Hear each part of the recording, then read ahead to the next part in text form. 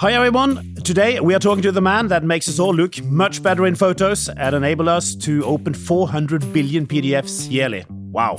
Named the top CEO by Glassdoor based on employee feedback. Please welcome Shantanu Narayen, Chair and CEO of Adobe. Shantanu, what an honor to have you on. Thank you so much for having me, Nicolai. It's a pleasure to be on your show. A lot of people have heard about your products and they use your things every day. But just very briefly, what are the main things that Adobe do? Well, Adobe's mission has always been changing the world through digital experiences. And, the company was founded when we invented PostScript, which was the way that people actually printed. And, subsequently, we've invented many groundbreaking innovations. But three real lines of businesses. We talk about creativity. So any piece of creative content that you see out there, we hope a piece of Adobe software was used to create it, whether it's packaging on a bottle of water, whether it's the video you're looking on a web, whether it's, a image that you're editing. The second business is, as you mentioned... So in there, for instance, you would have Photoshop as one of the products. Exactly. Photoshop is one of the products. Illustrator is one of the products for vector and artwork and logo creation. Certainly Premiere for editing videos. All the special effects is After Effects.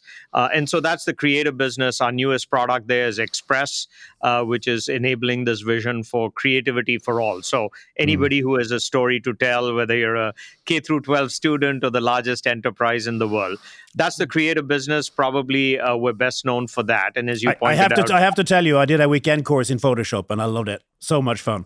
That's awesome. And we're making it better and easier. We just announced some really cool stuff at Max in London as it relates to how we use generative AI in that.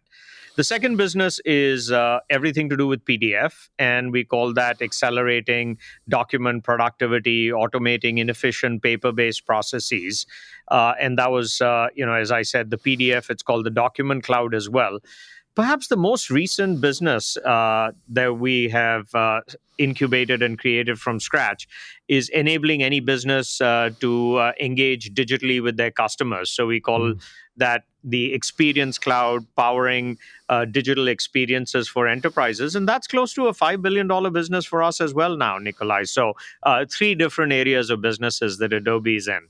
Now, not many software companies have been around for more than 40 years. What's been the key to this?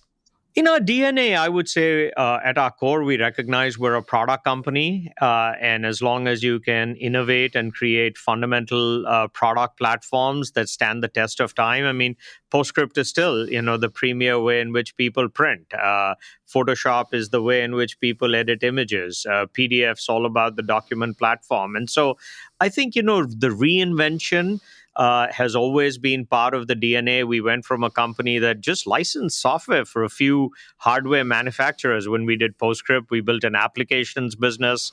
As you are aware, we completely transitioned, and we were the first major software company to transition to the cloud. And then we created the digital marketing business. So I think it's a fundamental reinvention and a willingness to make that investment, to invest in deep technology, I think, has been key to our success. Now, what's kind of left in the company from the founders? Because you talk about the founders as being important mentors for you as well.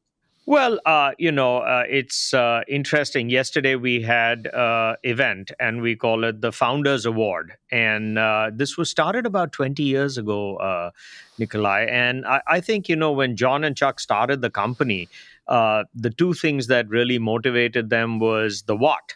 And, how can you have impact with fundamental technology innovation, but also the how. And I think Adobe has always been a company that's been known for, being a great place to work. And the Founders Award is given to people who represent not just what they do, but how they do it. And so I would say culture is, their biggest contribution to the company.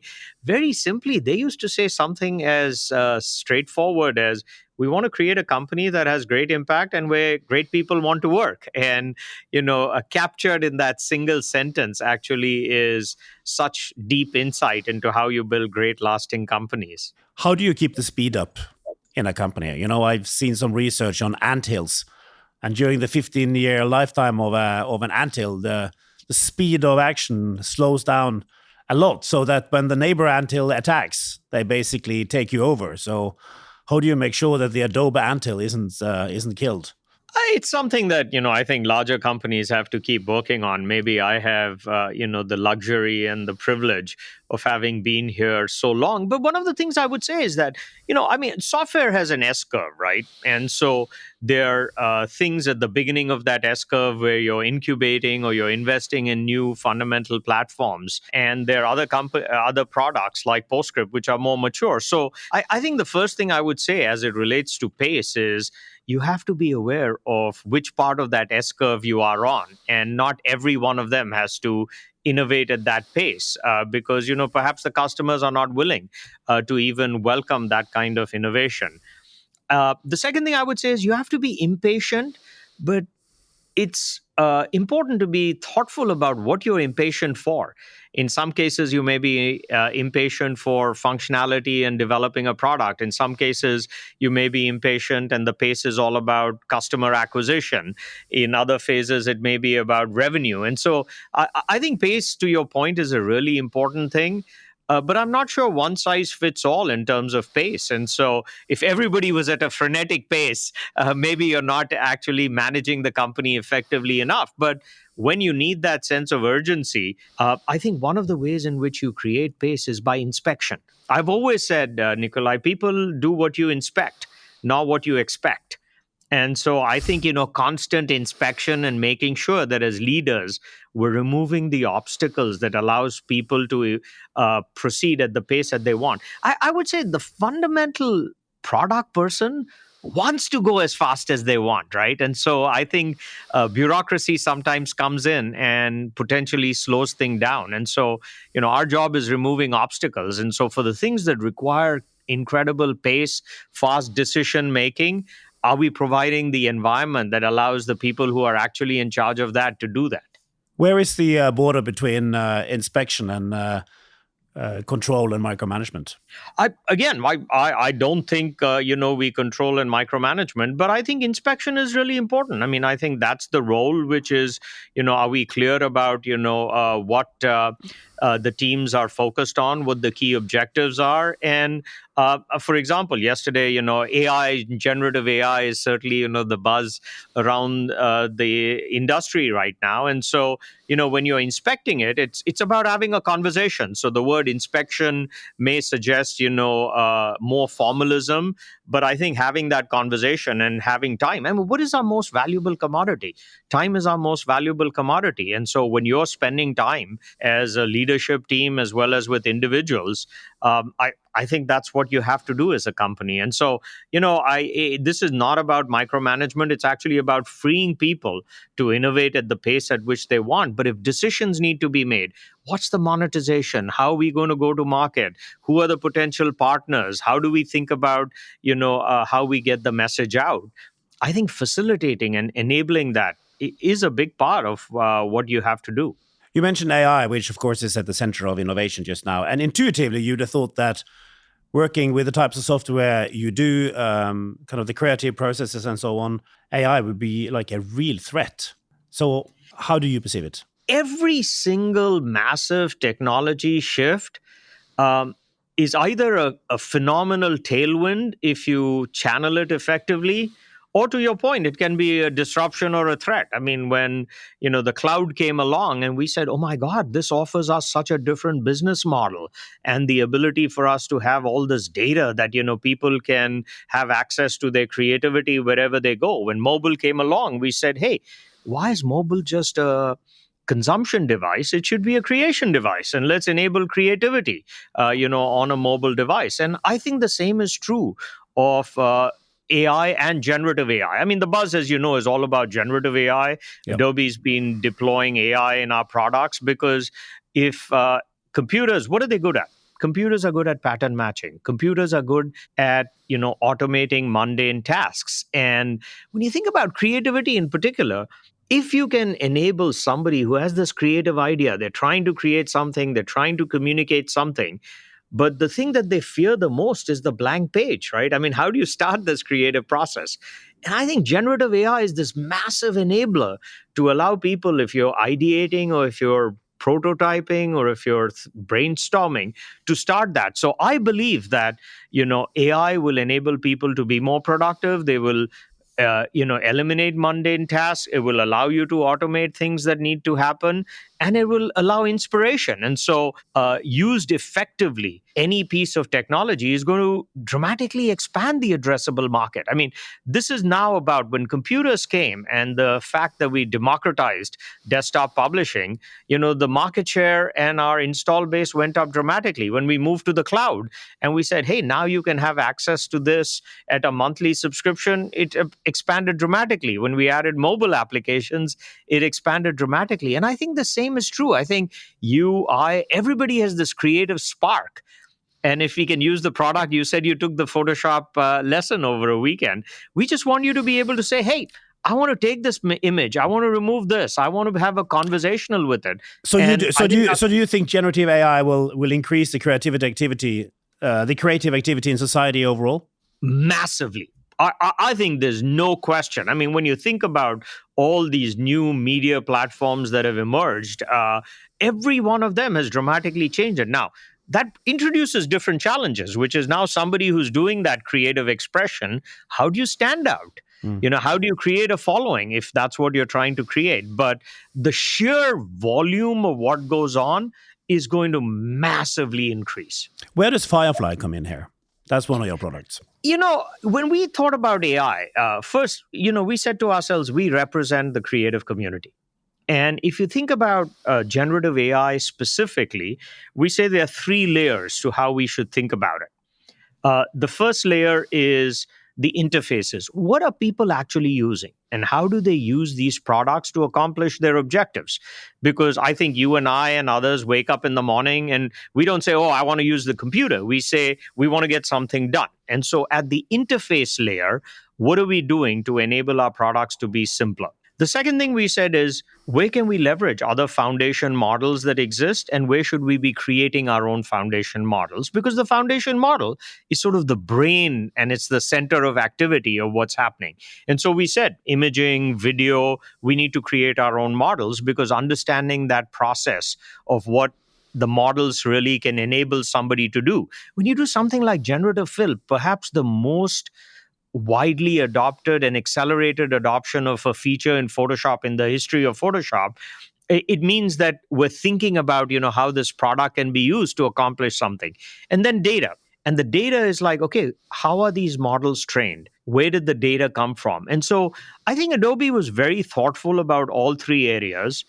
We've innovated dramatically on the interface layer. You can now, with Reader, have a conversational interface. In Experience Cloud, if you're a marketer, you can say, hey, I want to run a campaign for this segment. And in Photoshop, you can do things in Express. You can do things like generative fill and an AI assistant that enables you to take what's in your mind. What are the underlying models you utilize here?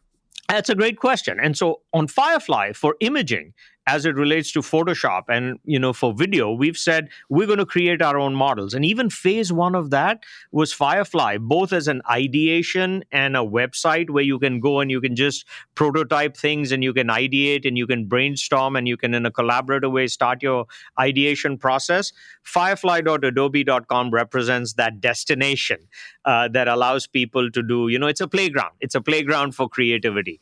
The foundation models, we've created our own foundation models in imaging and video, but also at the National Association of Broadcasters show recently, the NAB, it's the big video show, Nicolai, we showed how we can actually integrate other models as well. And so we showed whether in Premiere, you can think about whether it's OpenAI Sora or whether it's Runway ML or whether it's Pika, you can actually create and integrate these models. And so that's why I like this taxonomy that we have of what are we doing at the interface layer, what are we doing at the foundation models layer, and what kind of data are we using to train whatever models.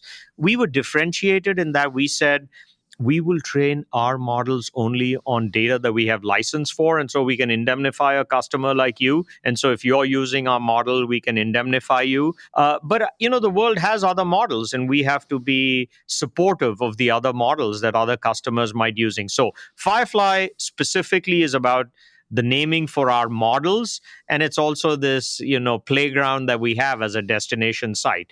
We're using OpenAI for text. So when we use, things like in PDF, and you want to try and create a summary of a PDF or have a conversational interface, we will support it. But we've also described how other large language models, whether it's from NVIDIA, whether it's from Microsoft, whether it's from Google, whether it's from OpenAI, we will support those because, Adobe has always won in recognizing that there's a heterogeneous world out there. We supported Mac and PCs from day one. We support Android and iOS from day one. And I think our job is leveraging the platforms that exist. And AI is a new platform. So Shantanu, when now OpenAI comes out with ChatGPT 5s, which supposedly, according to Sam Altman, who was on the podcast, says it's going to be 100 times more complex than 4. How is that going to change the playground? Well, I think, clearly what OpenAI is on is this sort of, ambitious agenda to do AGI, right? General intelligence. And I think when you think about what will happen with the next version of ChatGPT, we've gone from, sort of summarization and, answering questions to reasoning. And so I think, we're starting to tackle some of these hard problems of, can computers reason? I mean, it's mind-boggling to think perhaps that a baby born today, for the first time perhaps in civilization, a computer may be able to not just have more information than a baby, but also to be reasoned better than a baby. And so I think what will happen with the next version of, whether it's OpenAI's models or Google's models or the Adobe models, is you can start to do reasoning. What does that mean? What does that mean for a creative? When you're thinking about creating an image, it's in it's got a certain set of dimensions. When you say, I want to create a video and I want to see a person walking down a street and, crossing the light, you have to understand physics, right? I mean, you have to understand physics so you don't go in the ground. You have to understand physics so you don't hit, the building that you're walking into. And so I think we're going to start to expand on this model of thinking about reasoning, certainly resolution, certainly inference. And as you know, with AI, there's a lot of activity that's right now happening with training, which is everybody's training these models. The real value is going to come from inference, right? And how people use it. And I think financial services companies like you're going to use AI to do financial reasoning and perhaps, faster investment, decisions. And so I think we're walking up the stack from, just being able to do something like a text to an image or, a prompt creating a prose, to how do I reason and how do I think about it? And it's exciting. But are you worried that there'll be one of these models which means that you don't need your overlay? I don't think so. I mean, what I always say is people who use AI will replace people who don't use AI. And, everybody talks about this is going to replace humans. Well, the place where AI is probably the most advanced is in software writing. Right? I mean, when you think about what's happened with the ability to say, I want to create a program, that's what's the most expansive. I don't know if, at your institution, you're reducing the number of software engineers and developers. We're all saying, how do we make them more productive? How do we allow them to, do more at the same cost? So there will be an efficiency increase. And I do think they're like every generation of technology, some things will get disrupted, but overall, it creates more opportunity. And I certainly believe that for creativity. I mean, how worried are you about deepfakes? I mean, you should be the world champion in deepfakes. That's a great question, and I'll get to that. But the thing I wanted to say on that previous question also was that, you need a soul for creativity. And, I think that's the part where human ingenuity will always be good. Deepfakes. We actually started when we thought about Adobe and we said, listen, we create the world's content. And it's really critical for us to also take responsibility for what's happening with content. And so we created this thing, it's called content credentials. Think of it as a nutrition label, Nicolai. And when we started this, we said, we have one part in the chain, but we have now got thousands of partners who've signed up for this content authenticity initiative, as it's called. And what the content authenticity initiative is, camera manufacturers, when they take a picture, they're putting like a digital signature on that picture saying it was created with this camera at this time, taken by Nicolai. when you edit it in our piece of software, we stamp that with, what's happened. If somebody who's in the content distribution game, whether it's Meta, whether it's New York Times, whether it's the BBC, they've all signed up to carry those credentials. So I think the plumbing and the infrastructure for deepfakes is all there. I'll tell you what the real challenge is. So when you talk about deepfakes, the ability to look at the provenance of a piece of content is all there. The question is, will a consumer want to see where that came from, who created it, who might have changed it? And so now we have this ability. We're working with the US government. 50%, I think it's 50% of the world's population is going to have an election, I think, in a 12-month period. Some of them have certainly happened. And so in that particular context, what we are saying is when you see a piece of content, you can see this label which says, it says content credential. Think of it as a nutrition label. If you click on it, it will tell you. It will tell you who created it, when it was created, when it was perhaps altered. The question is, how many people actually read the nutrition label when you're eating food? And it's the same issue with content. How many people are going to say, I want to know where that piece of content was created? So I would say the technology companies, the people distributing this media, we've all participated in the deep fakes. Life cycle to understand how we can bring that value. Now the consumer has to say, when somebody that is saying, I want to see that piece of content, are they going to insist on evaluating the content credential? Because neither you nor I can come in the way of people creating content. It's the question is the consumer, how much do they care about where they came from? Hopefully that makes sense. Absolutely. The development in this field is, the speed is just unbelievable, right? The speed, the brains applied here, the unlimited amount of capital, the curves are just exponential to a degree we've never seen before. You and I, we are of course still very young and so on, but we're not like 22. Do you think it's a disadvantage for us to really understand and grasp the possibilities here? Is our experience good or bad?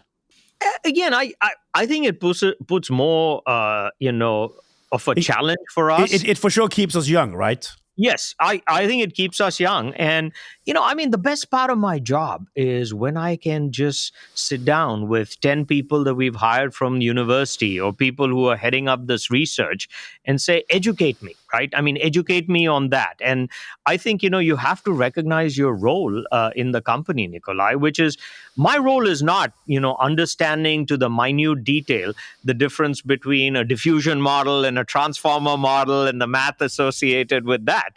But the implications of what that means and how do we channel, people into, align them into creating whatever objectives they are, and then how do we support it? And so I think our role changes as it relates to in an organization leading it, and then as consumers, we will see the benefits, right? We will see the benefits when we go to a website and somebody knows exactly who we are.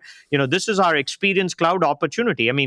The Experience Cloud vision for Adobe was born with this insight that when we moved our entire business model from a two-tier distribution model to engaging directly with customers on the website, we were like, hey, we should build the infrastructure. Nobody has automated marketing, right? Supply chain was automated, finance was automated, HR was automated.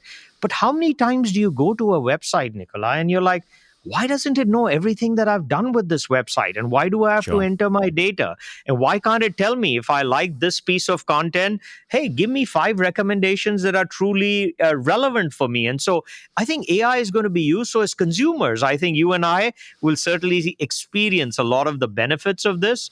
But as people running large organizations, I think our job is understanding the technology to a level so that we can actually appreciate what it can and cannot do, but then channeling that into, really understanding how we evolve our businesses to take advantage of it and not have our head in the sand.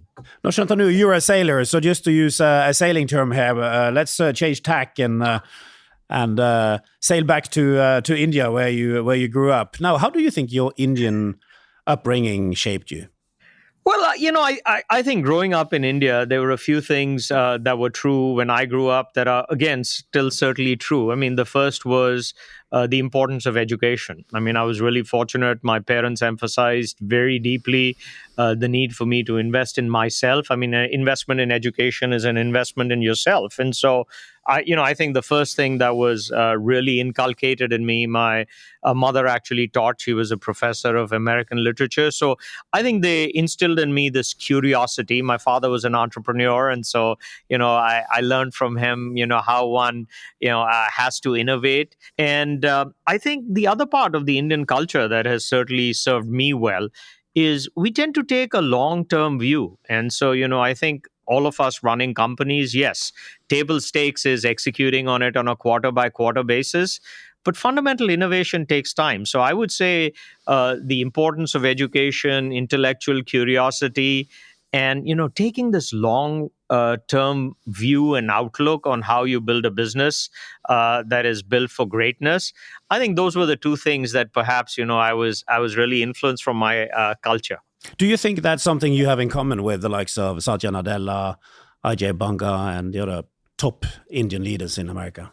Well, the two that you mentioned, I don't know if you know, Nikolai, all three of us went to the same high school. I know.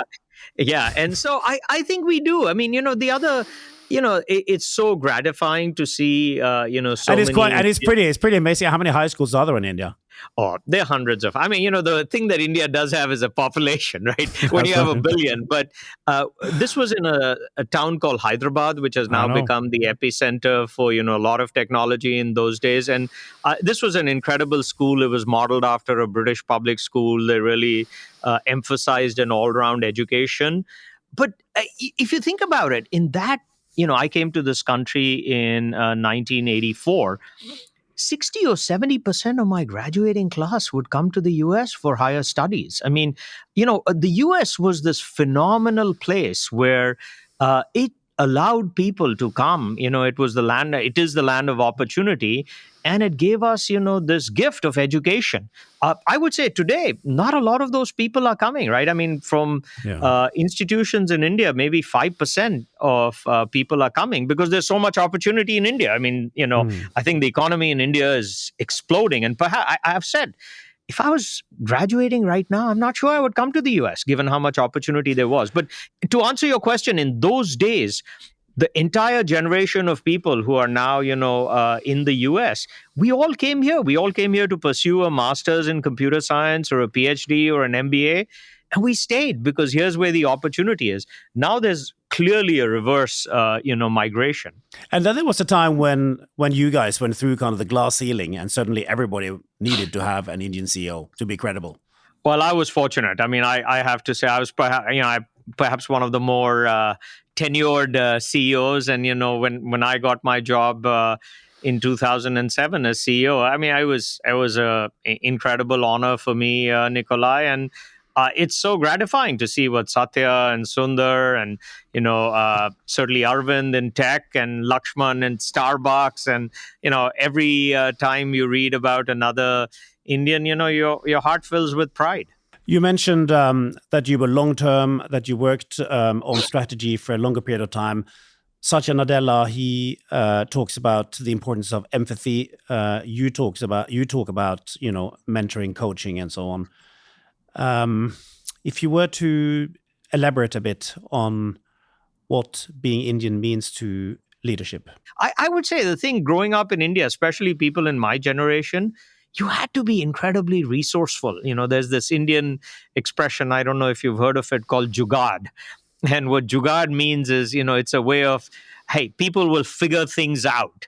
And, growing up in India, not everything, I mean, there was so much bureaucracy. If you wanted to get anything done, you had to be incredibly resourceful. I don't take no for an answer. When I want something done, I'm like, okay, let's keep brainstorming. Let's keep thinking. And, I'd rather aspire for something incredibly and fall a little short than, try and just set your bar so low that you can easily cross it. I'll tell you one thing, Shantanu, if I had taken no for an answer, we wouldn't have gotten you on this podcast because you're not an easy man to get. Well, I apologize for that. I apologize.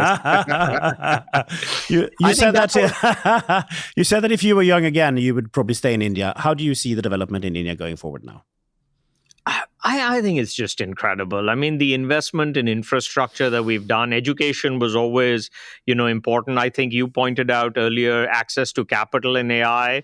And I think the people growing up there, the world is more flat.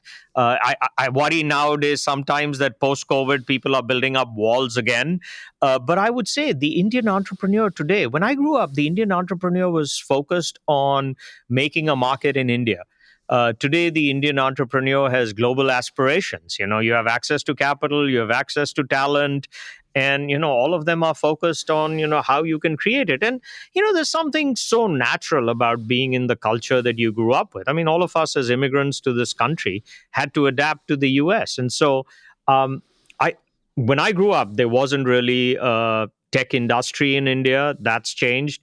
There wasn't access to capital. I think when I grew up, when you took a loan from a bank to set up a firm, I mean, the interest rates were something like 18 or 20%. I mean, prohibitively expensive to create businesses. The notion of equity and venture capital just didn't exist. And so, but this is where I think it doesn't matter whether it's Hyderabad or Bucharest or other places. I mean, access to talent and capital has become a worldwide phenomenon, and I really hope that post COVID, I know these supply chains, everybody has said, hey, we need to have our supply chains closer to us, but there's such a power of having free trade across the globe, which I hope we don't go away from that. What have you taken from sailing? You represented India in sailing.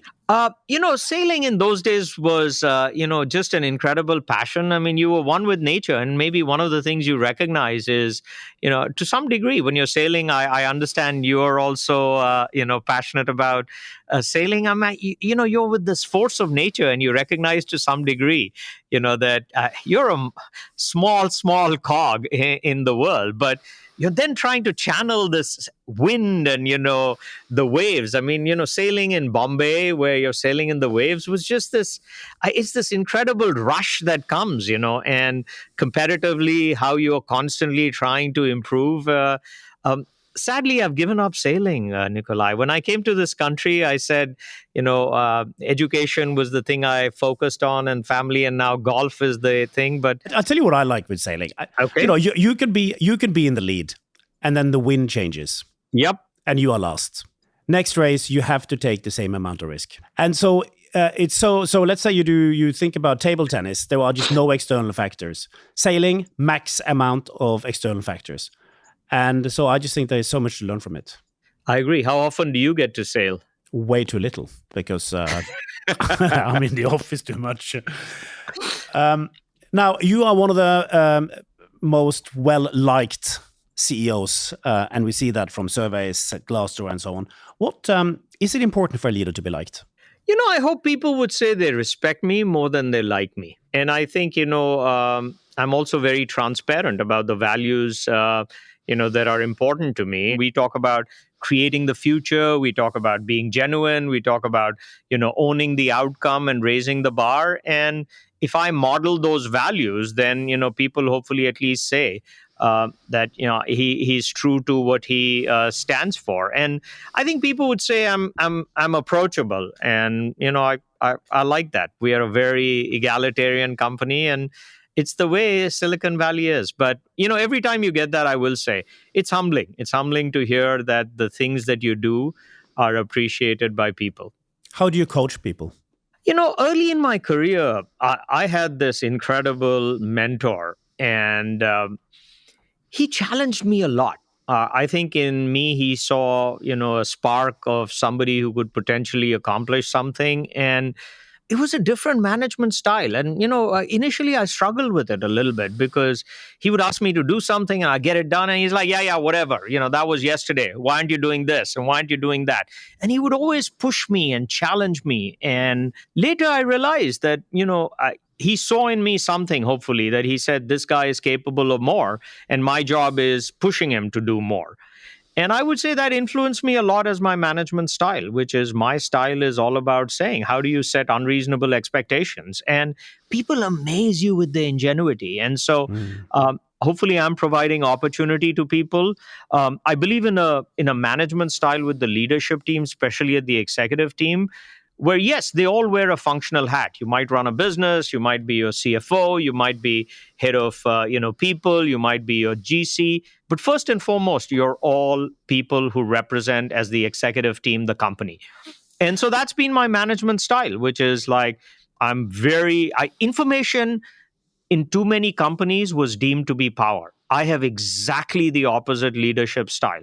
I believe you give people access to information, and that's what makes them more productive. So I would say, again, there isn't one style that works. I'm not, arrogant enough to believe that that's the way one should operate. But if people know what your style is, then hopefully, the people who embrace that style and resonate with how they want to be managed, they can thrive. And so that's how I would coach, which is like I'm always available, I'm accessible. Hopefully, people wouldn't say I'm not a microman. But and somebody gave me this expression, so I will, give credit to them, which is they said management for me is a little bit of you have to have your head in the cloud and your feet on the ground. And I am in the details, Nicolai, as well, because I believe that if you're not in the details and if you don't have, I don't know how you set a vision for the company without understanding a little bit of the details. And conversely, if you're only in the details and you're not, setting a vision. So, but my management style is evolving. And one last thing. But you because you mentioned three things: plant the flag, road building, and unreasonable expectations. What does it mean to plant the flag?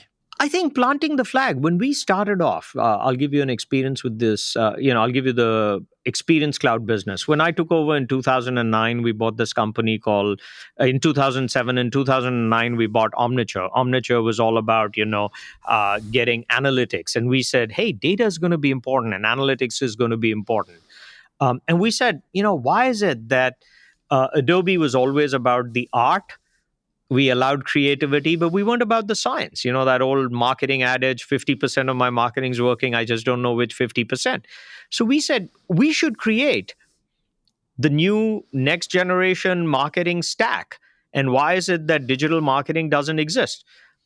We didn't really know at that point everything that needed to be done and how that will evolve. But you get comfortable with ambiguity. I think as leaders, you and I have to get very comfortable with ambiguity. And so that was for me planting the flag, which is saying, we're going to go create this stack. And how did you build a road then?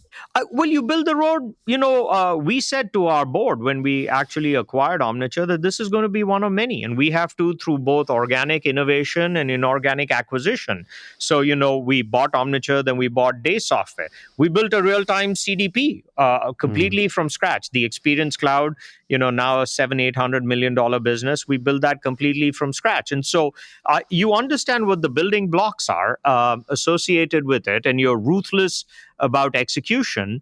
And you keep going from the long range, what you're trying to accomplish, and the short range. And that's what I say. And I was perhaps, when I took over, in all candor, I was probably better at the road building because I was chief operating officer and I needed to get my head around everything. But you realize when you're in a room and you're trying to motivate or inspire a room, 50% of the room probably doesn't care about what they want to do tomorrow. They want to know what hill you want them to climb and, what is the, are you trying to win a World Series? What are you trying to do? That's planting the flag. The other half of the room doesn't care about, where you want to go. They're like, hey, tell me what I want to do because I feel motivated by that. And so as leaders, we have to change our management style to inspire people to do their best. If we don't recognize that, then I think we are not recognizing what our jobs are, which is our job is making them productive. Our job is not saying, hey, you got to manage the way I want you to. And so I think recognizing that there are different people with different motivations who get inspired by different things and can contribute in different ways. You also say that part of your job is to set unreasonable expectations. What is unreasonable expectations the same as some kind of reality distortion field, or what is it? I hope not. I actually hope not. I don't think it's reality distortion. For me, the unreasonable expectations is saying, if you can connect the dots from where you are today to everything you want to go. I mean, you talked a lot about generative AI. our hypothesis with generative AI and our assertions are very clearly, hey, this is going to be a massive tailwind if we enable people to create. Exactly how that manifests itself in video, etc., we don't know. And so the unreasonable expectations are to say, I want you to create this video model. I want you to create an animation model. I don't know exactly how that's coming, but that's where the ingenuity of those developers and the engineers and the product people comes in place. And so I think reality distortion is different, which is you're in denial perhaps sometimes of what's happening. Whereas I think unreasonable expectations is about actually, in many ways, at least for me, saying, I have more faith in what you can do than perhaps you have in yourself. And I think that to them, they're unreasonable. And then, when we moved to the cloud and we said, okay, we want to add so many subscribers, people were like, I can't add up to that. And you're being unreasonable. I'm like, no, we should go for it and we should figure it out. And then, we greatly exceeded it. I mean, and this is where that's what I call unreasonable expectations. Who do you ask for advice? I have a great self-help group. I was in YPO when at one point in my career. I'm neither Y, which is young, nor am I P anymore. But John Donahoe, one of my best friends, John became CEO of eBay, PayPal when I took over as CEO of Adobe. We were both the number 2 guys. And so having somebody that you can be completely yourself and talk about, what needs to get done and, learn from them over time, that self-help group is immense. Where do you meet? Well, he and I have, this passion for golf, but otherwise we get together for dinner. We'll get together for dinner and we're just like, okay, we know, or we call each other on the phone. And, when I have something that I want to run by somebody, the real thing is they're a sounding board for us, correct, Nicolai? And they're a sounding board. George Roberts, the founder of KKR. I'm fortunate enough to have got to know George Roberts really well. And, the advice that he gives and to see, the passion that he has for driving business and staying, very current and putting money to work. I mean, that's something that I've learned from him, which is like, I don't use the word risk. I use the word investments. We're paid, right, in our jobs to make investments.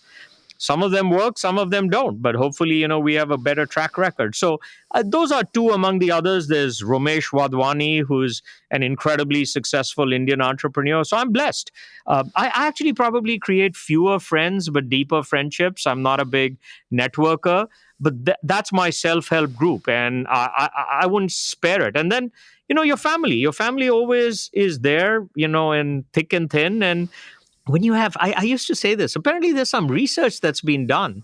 When you have young kids, they are more willing to, tell you, the truth than anybody else. And you have Absolutely. to seek out these truth tellers. And, so your wife, my 2 kids, they will tell me like they won't sugarcoat anything.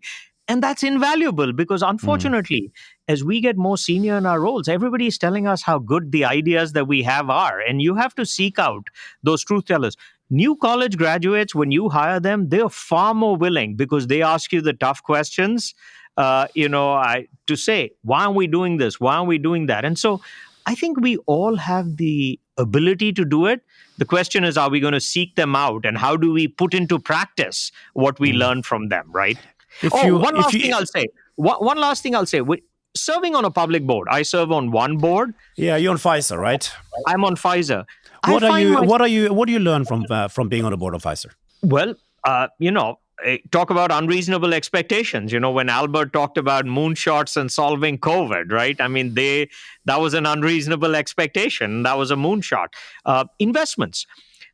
If you think about pharma, when people who are running pharma companies are making medicinal bets in therapeutic areas, chances are, in many cases, their successor might reap the benefits of it, right? Because of the timetable associated with, medicinal development. And so I learn, again, that long-range view of what needs to be done, the global nature of, what happens. So you're always learning. The question is, is your mind open to that learning? I mean, every experience that you have with everybody, when I hear these questions, I'm probably going to go back, Nicolai, and say, why did he ask me that question? And what was perhaps behind it?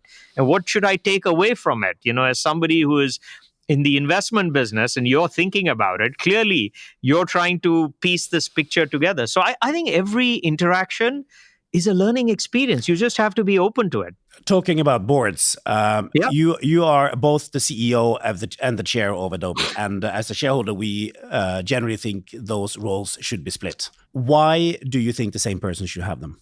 And why are we wrong? Well, I know in Europe, clearly a lot of the European investors believe in that. And I think, what are you looking for in that? I would say what you're looking for in that is a couple of things. One is you're looking for, is there the right amount of, whether you call it accountability, whether you call it transparency that exists in a board so that, there is the right amount of dialogue that's happening. And, is that conversation happening? I would say to you as an investor, I would say a couple of things. First, is the board, is there good board refreshment? Are the people on the board people whom you would look at and say, hey, are these people who have, created tremendous value? And are they going to be people who are just yes people, or are they people who are going to push back? I mean, Dave Ricks from Eli Lilly, one of our recent board members, you've seen the tremendous success.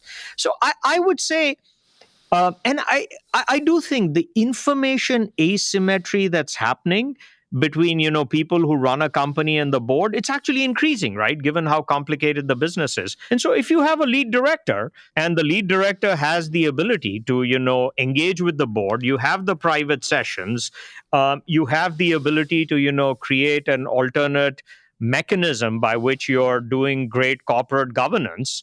And I think the US philosophy is trust somebody until they're proven untrustworthy. And if I'm not, then, what's the board's number one job, Nicolai? The board's number one job is hiring and firing the CEO. Okay. It's kind of difficult for you to fire yourself, right?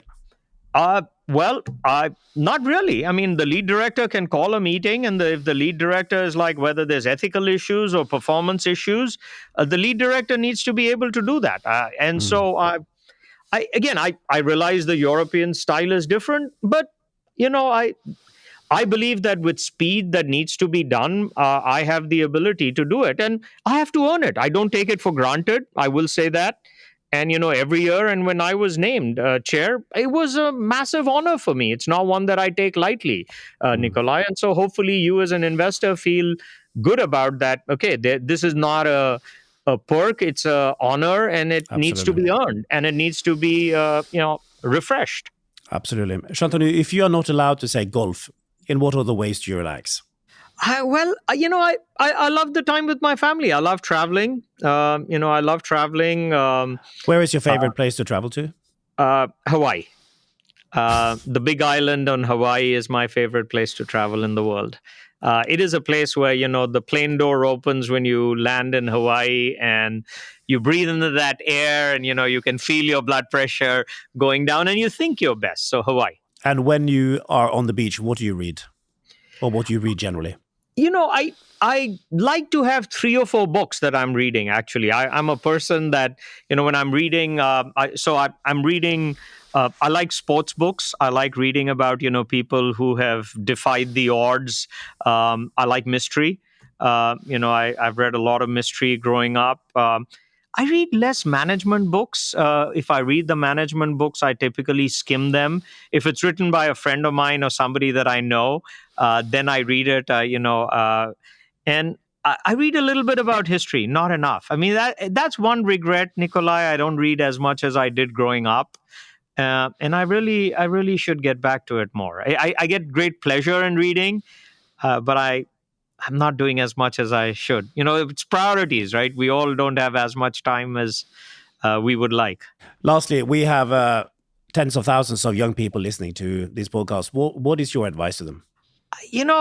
First, I would say the world's your oyster, right? I mean, it is just an incredible time to pursue your passions. As we said, access to capital exists. Access to information exists right now with how much of that is being democratized, and so pursue your passions. I mean, I was fortunate in that I didn't follow the conventional path. When I did my MBA, everybody said, "Hey, you now have to go into, product management or business management." And I'm like, I would like building products. I'm going to build it. And so I think people really do their best work when you come to work in the morning and you don't think it's work. You come because you have a passion. You can't wait to get out of bed. And so find something that gives you that feeling, which is like, I like being here. I like engaging with people. And if you're doing it because you think it's the right thing, or, it's a step along the way and you hate it, but, you believe it's good for your career, it's not going to work. And so follow your passion.